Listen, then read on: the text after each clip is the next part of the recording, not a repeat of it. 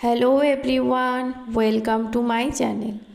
আজকে আমি আপনাদেরকে আগের দিন যে ব্লাউজটি কাটিং করে দেখিয়েছি সেটার আজকে সেলাই করে দেখাবো। প্রথমে এই দুটি পার্ট সেলাই করে নিতে হবে।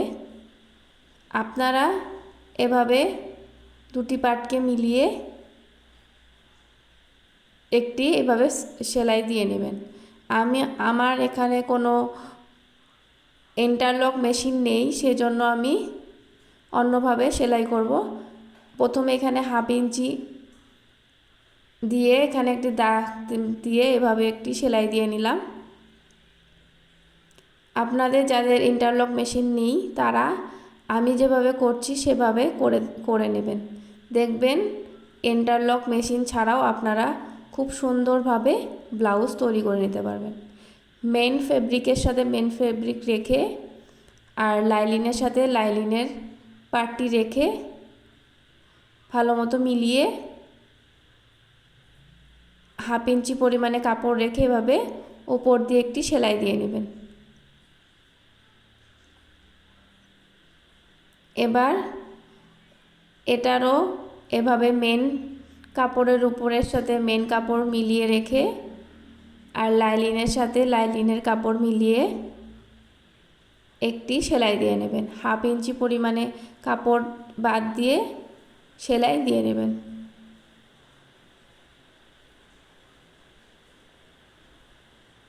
আমি যেভাবে করছি আপনারাও ঠিক সেভাবে করবেন। দেখবেন যে ইন্টারলক মেশিনের কোনো প্রয়োজনই হবে না ব্লাউজ বানানোর জন্য।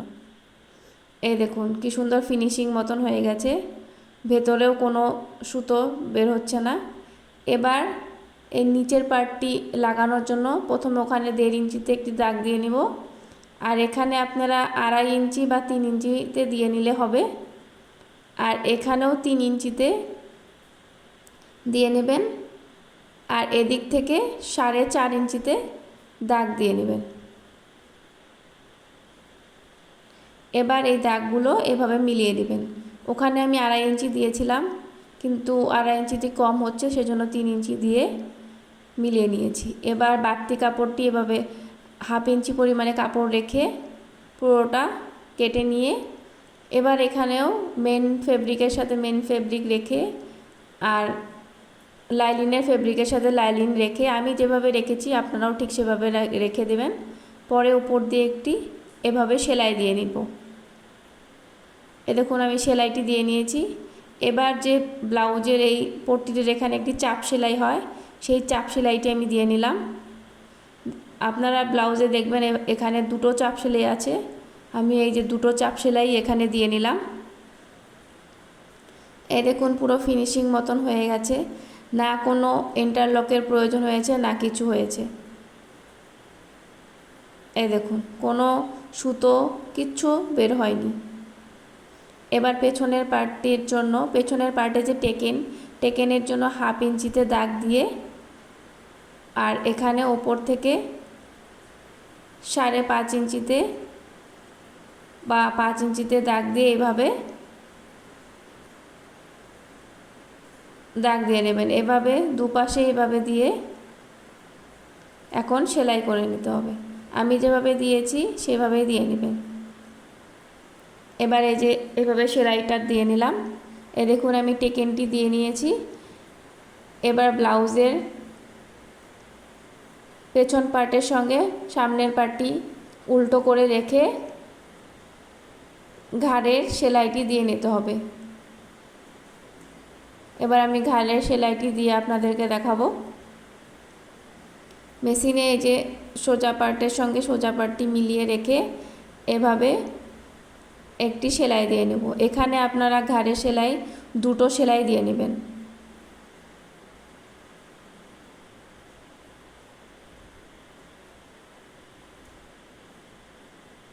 আমি এখানে 2টো সেলাই দিয়ে নিয়েছি। এবার হাতাটি লাগিয়ে নেব।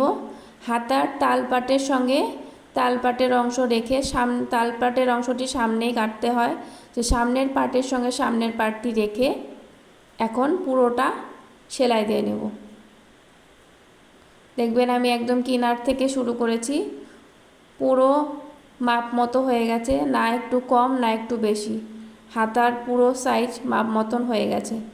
এবার হাতে আর যে মুহুরিতে একটি পট্টি লাগিয়ে নিতে হবে। এখানে পট্টিটির মাপ আমি 2 ইঞ্চি রেখেছি।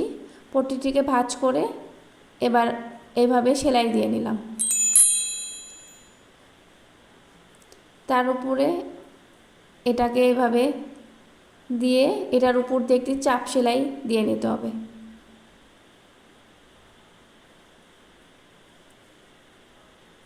এই আমি চাপ সেলাইটি দিয়ে নিলাম পুরোটা। তারপর এখন উল্টিয়ে হাতাটি উল্টিয়ে এভাবে উপরে আরেকটি চাপ সেলাই দিয়ে নেব। আপনারা এখানে মেশিন সেলাইও দিতে পারেন, না হলে হাতে হেম সেলাইও দিয়ে নিতে পারেন। আমি এখানে মেশিন সেলাই দিয়ে নিলাম। এই দেখুন আমি পুরোটা একদম ফিনিশিং মতন করে নিয়েছি।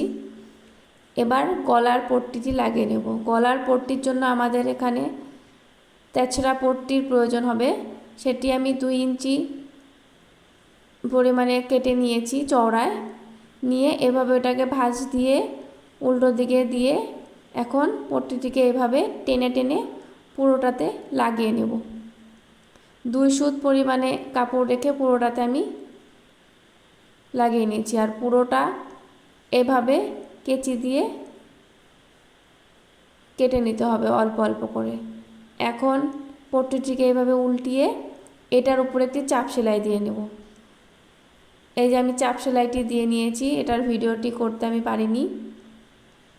এরপর এখানে গলার পট্টিটি লাগানোর জন্য একটি সেলাই দিয়ে নেব। এখানে আমি মেশিন সেলাই আগে দিয়ে নিচ্ছি, পরে আমি হাত সেলাই দিয়ে মেশিন সেলাইটি খুলে নেব। এই দেখুন আমি পুরোটা লাগিয়ে নিয়েছি। আর এখানে আমি হুক আর হুকের ঘরটিও লাগিয়ে নিয়েছি, নিচে কোমর পট্টিও লাগিয়ে নিয়েছি। আমি এগুলো ভিডিও করতে পারিনি। আর এই সাইড দিয়ে একটি সেলাই দিয়ে নিয়েছি।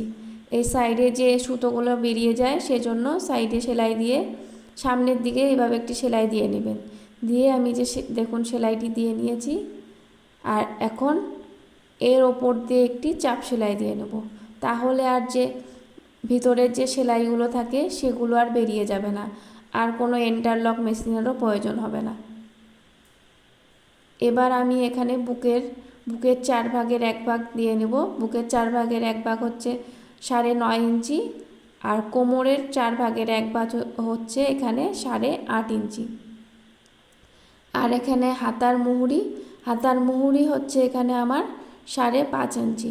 আপনাদের যা হাতার মুহুরি হবে সেটার অর্ধেক নিয়ে দেবেন। এবার এই দাগের সঙ্গে দাগ এভাবে স্কেল দিয়ে পুরোটাতে মিলিয়ে নেব। তারপর আমি এটা ফিটিংসের সেলাইটি দিয়ে নেব। এই যে আমি ফিটিংসের সেলাই দিয়ে নিয়েছি।